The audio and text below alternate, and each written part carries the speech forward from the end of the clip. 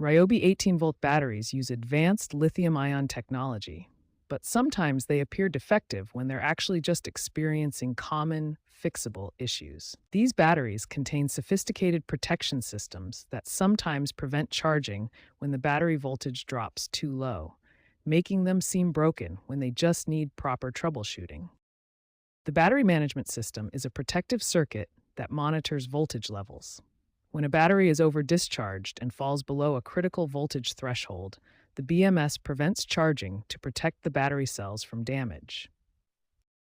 The most common sign of battery issues is a flashing red light on the charger. This typically indicates the battery voltage has dropped below the charging threshold, but it doesn't mean the battery is permanently damaged. The first troubleshooting step is cleaning the battery terminals.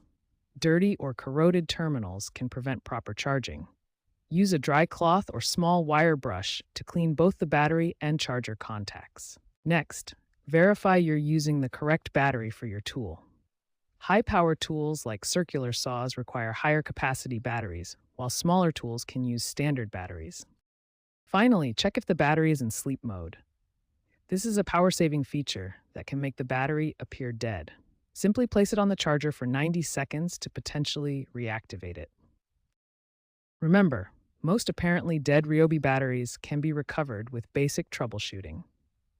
The battery management system is protecting your investment, not destroying it.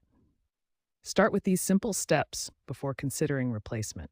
When basic troubleshooting fails, manual reset techniques can revive your Ryobi 18-volt battery. We'll explore pulse charging, jump starting, and advanced repair methods. The first manual reset method is pulse charging. This involves repeatedly plugging and unplugging your battery from the charger in short intervals to wake up a deeply discharged battery. Jump starting uses another working Ryobi battery or a DC power supply to boost the dead battery above the charging threshold. Set your power supply to 18 volts and 1 amp, then connect positive to positive and negative to negative. For advanced users, disassembling the battery allows direct access to individual cells. This voids your warranty, but can revive completely dead batteries. Use a multimeter to check each cell's voltage before attempting to charge them directly. If your battery shows 4 flashing lights, it may be in protection mode. A circuit board reset can fix this. Use a jumper wire to connect the negative terminal to the J1 terminal on the circuit board while pressing the battery check button.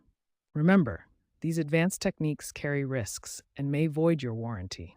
Always prioritize safety, work in a well-ventilated area, and consider professional repair services for valuable batteries.